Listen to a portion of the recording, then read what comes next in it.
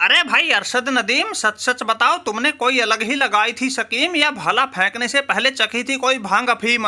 तुमने तो एक झटके में ही भाले को इतनी दूर गाड़ दिया, हमारे गोल्डन बॉय नीरज चोपड़ा को भी पछाड़ दिया। ये 2016 से तुम्हें लगातार हराता आ रहा है, लेकिन अब की बार तुमने ऐसा कौन सा मंत्र फूका था? जहां आज तक कोई ना फेंक सका था तुम्हारा भाला, तो वहां जाके रुका था। तुम इसी ओलंपिक के क्वालिफाइंग राउंड में भी नीरज भाई से पीछे रह गए थे, फिर इस फाइनल में आके तुम में ऐसा कौन सा जोश आ गया जो दूसरे नंबर पर रहे नीरज भाई से भी तुमने भाला 10 फीट आगे फेंक दिया? नदीम भाई, इस बात का तो तुम्हें भी पता है, अपने सर्वोच्च पर पहुंचने के बाद तो एक एक इंच आगे बढ़ने में भी खिलाड़ियों के फिल्टर फट जाते हैं। फिर तुम तो एक झटके में ही 10-12 फीट आगे निकल गए, इसलिए भाई ये बात हमें थोड़ी हजम ना हो रही।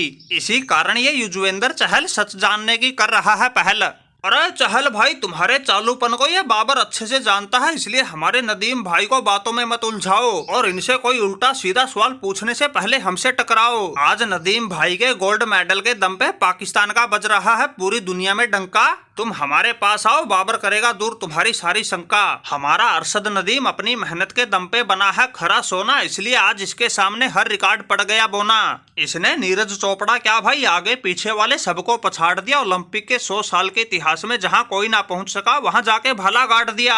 गरीबी से लड़के गांव से उठ के ये तो उस मंजिल तक पहुंचा है जिसके बारे में हम जैसों ने भी सपने में भी नहीं सोचा है। ऊंची लंबी है इसकी कदकाठी, बंदा है ये बड़ा ठाठी, शरीर में इसकी ताकत का कोई जोड़ नहीं। सही बताऊं तो चहल भाई, आज के समय हमारे अरशद नदीम का किसी के पास कोई तोड़ नहीं। बाकी खुद की तारीफ खुद ही क्या करें, ये तो अपने नीरज भाई से ही पूछ लो कैसे मारी है इसने बाजी। अरे रहने दे भाई बाबर, तू तो रहने ही दे, तुम्हारे खुद के बस का कुछ है नहीं। तू तो नदीम भाई के सर पे सुर्खियां बटोर रहा है, ये बात तो पूरी दुनिया जानती है। तुम्हारे स्ट्राइक रेट से ज्यादा तो नदीम भाई भाला फेंक देते हैं। हाँ भाई नीरज चोपड़ा, माना कि तुम इस ओलंपिक में इंडिया की तरफ से सिल्वर मेडल जीतने वाले अकेले खिलाड़ी हो, लेकिन भाई इस जैवलिन थ्रो में तुमने तो ऐसी धक जमा रखी थी, पूरे हिंदुस्तान ने तुमसे गोल्ड की आस लगा रखी थी, फिर कैसे चूक गए? वैसे घबराने की बात नहीं भाई, हम तो तुम्हारे सिल्वर मेडल से भी खुश हैं। अरे चहल भाई, खुश होने से क्या बनता है, ये रजत पदक जीत के खुश तो मैं भी हूँ, लेकिन संतुष्ट बिल्कुल भी नहीं। सही बताऊं तो नदीम भाई ने जब 90+ फेंका था वो भाला, हमारे तो दिमाग की तभी हो गई थी दही, क्योंकि भाई हमने तो उस 90 मीटर के आंकड़े को आज तक छुआ नहीं, लेकिन ये तो उससे भी 2-3 मीटर आगे निकल गया।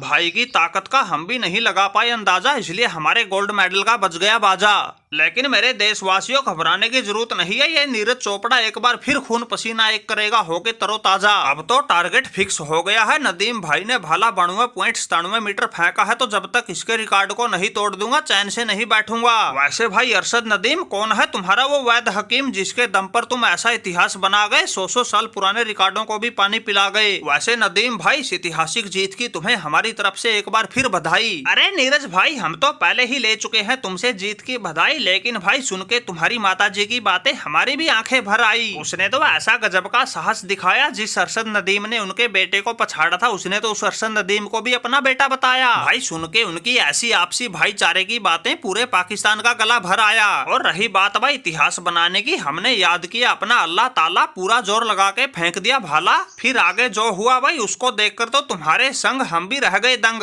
माना कि हमने गजब की तैयारी कर रखी थी, लेकिन भाई ऐसी इतिहास बन जाएगा ये तो हमने भी नहीं सोचा था। अरे नदीम भाई, तुम जैसे बलवान सोचते नहीं बस करते हैं। अब तो हर जगह ये अरशद नदीम ही छाया है, क्योंकि इसके बलबूते ही दशकों बाद पाकिस्तान के पाले में कोई गोल्ड आया है। वैसे अगली बार के ओलंपिक में तो क्रिकेट भी शामिल है, इसलिए अगली बार एक गोल्ड तो ये बाबर भी लेके आएगा। तुम्हारी तरह हमारे सामने भी फिर कोई नहीं टिक पाएगा। अरे बड़ बोले बाबर भाई, रहने दो, मत इस चहल को गुस्सा दिलाओ, सीखो कुछ नदीम भाई से। करने वाले कभी बोलते नहीं, और जो करने से पहले बोलते हैं उनके खून कभी खोलते नहीं। इसलिए तुम क्रिकेट के गोल्ड मेडल की तो छोड़ो, ओलंपिक के लिए तुम्हारी टीम क्वालिफाई कर जाएगी, वही बहुत होगा।